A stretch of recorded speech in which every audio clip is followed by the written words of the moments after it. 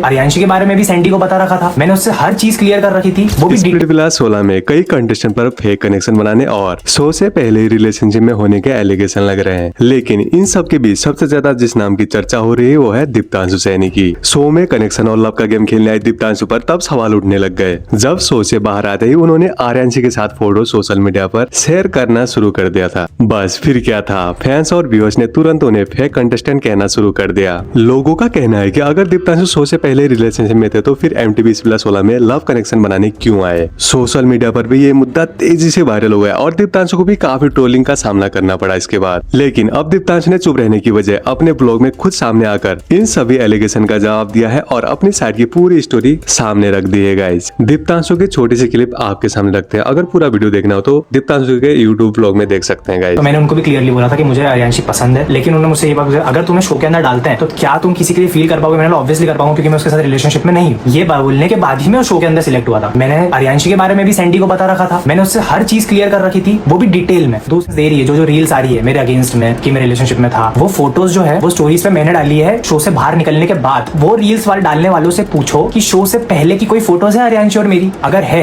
अगर कोई सबूत है कि आर्यांशी और मैं रिलेशनशिप में थे शो से पहले तो मुझे दो, क्योंकि जो शो का ऑफर था वो मुझे एक दिन पहले मिला था। तो गाइस, जैसे कि आपने वीडियो में देखा, दीप्तांशु ने अपने ब्लॉग में इस कंट्रोवर्सी पर फाइनली अपनी साइड क्लियर कर दी है। दीप्तांशु का कहना है कि वो जब स्प्लिट विला 16 में गए थे तो उस वक्त वो किसी भी रिलेशनशिप में नहीं थे। उन्होंने बताया था कि आर्यांशी उन्हें सिर्फ पसंद थी, लेकिन दोनों के बीच कोई रिलेशनशिप नहीं था। दीप्तांशु के मुताबिक उन्होंने शो के अंदर भी सैंडी को आर्यांशी के बारे में सब कुछ बता रखा था और दीप्तांशु का कहना है कि शो के खत्म होने के बाद ही उन्होंने आर्यांशी को ऑफिशियली प्रपोज किया था। उसके बाद ही उन्होंने सोशल मीडिया पर फोटो शेयर करना शुरू किया था और उन्होंने ट्रोलिंग का जवाब देते हुए ये भी कहा है कि अगर किसी को लगता है कि वो शो से पहले रिलेशनशिप में थे तो कोई भी शो से पहले उनकी और आर्यांशी की एक साथ की फोटो दिखाकर साबित करे कि हम दोनों साथ में थे पहले भी। और दीप्तांशु ने जब ये वीडियो डाला और ये वीडियो काफी वायरल जा रहा है, इसके बाद सैंडी ने भी इस वीडियो पे रिएक्शन दिया है। गाइस, उन्होंने इस वीडियो के रील पे कुछ एक कमेंट किया है। देखिए एक बार क्या लिखा था उन्होंने। अगर सच में ब्रेकअप हो चुका था तो विला से बाहर निकलते इतनी लंबी कॉल कैसे हुई, और अगर उस लड़की को शो के बारे में पता नहीं था तो फिर शो के लिए आउटफिट्स, मेडिसिन और विटामिन भेजने वाली बात कैसे समझ आती है। और गाइस, सौंदर्या यहीं पर नहीं रुकती।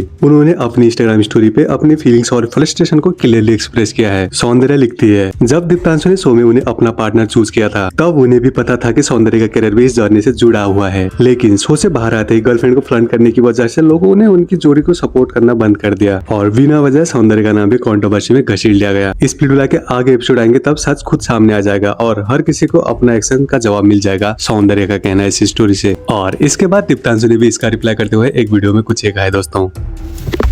तो भाई हुआ क्या था कि शो खत्म होने के 20 दिन पहले मुझे याद आया कि मैं अपने फोन का पासकोड भूल चुका हूँ। तो मैं मैनेजर से बहुत टाइम से रिक्वेस्ट कर रहा था कि यार मुझे मेरा फोन दे दो, मुझे मेरा फोन दे दो, मैं 2-4 बार पासकोड ट्राई करके देख लेता हूँ, क्योंकि आप जब गलत पासकोड डालते हो तो एक ड्यूरेशन दिखाता है। तो लास्ट मोमेंट पे अगर मुझे ये चीज होगी तो मुझे बहुत इशू होगा, बट वो रूल्स के अगेंस्ट रहता है, आपको फोन नहीं दिया जाता है।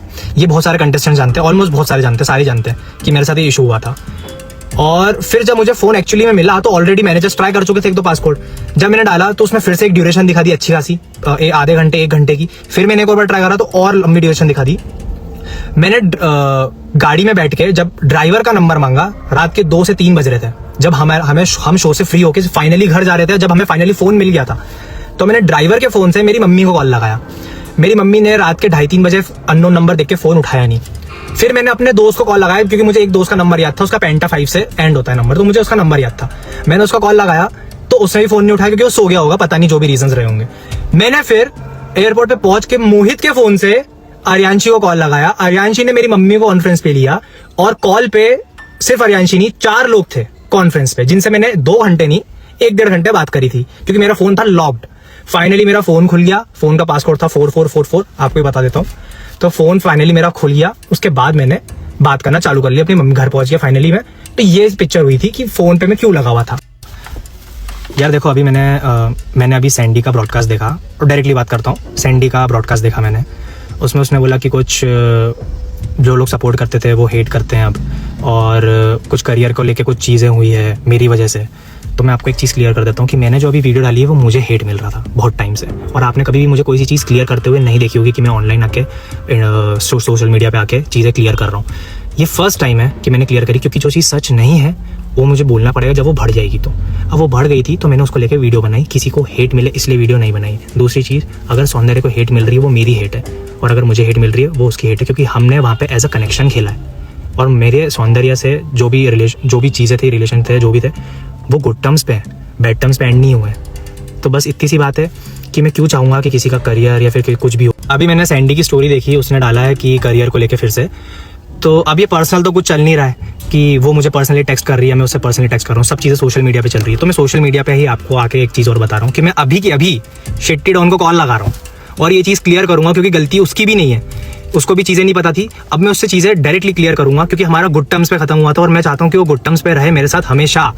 चीज़ें थी, मैं उससे उस टाइम पे मुझे नहीं लगा था कि ये चीज़ें इतनी बिगड़ जाएगी, तो मैं सोचा बात नहीं करी मैंने उस टाइम पे, पर अब बात करना ज़रूरी है। और अगर मैंने अभी इसके बाद स्क्रीनशॉट डाला तो समझ जाना शेट्टी डॉन ने मेरा कॉल उठा लिया है, और अगर स्क्रीनशॉट नहीं डाला तो समझ जाना शेट्टी डॉन ने कॉल नहीं उठाया मेरा। तो भाई शेट्टी डॉन ने तो कॉल नहीं उठाया है अभी, बट मैं हार नहीं मानूंगा, मैं फिर से कॉल लगाऊंगा उसको, परेशान कर दूंगा कॉल कर करके। नहीं ऐसा नहीं करूँगा, पर मैं लगाऊंगा उसको कॉल वापस से और ये चीज़ क्लियर करूँगा, क्योंकि मैं नहीं चाहता हूँ कि किसी को हेट मिले। मुझे मिल जाएगा, चल जाएगा, मैं खा लूँगा हेट, कोई दिक्कत नहीं है।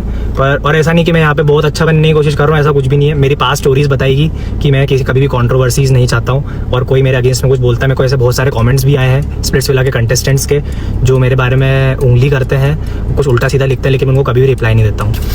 हाँ, ये है कि मस्ती मजाक चलेगी तो मस्ती मजाक में कोई जवाब दे देता हूँ, खत्म, बस इतनी सी बात है। तो मैं क्लियर कर लूँगा उससे, अगर क्लियर नहीं हुआ तो भी कोई दिक्कत नहीं है।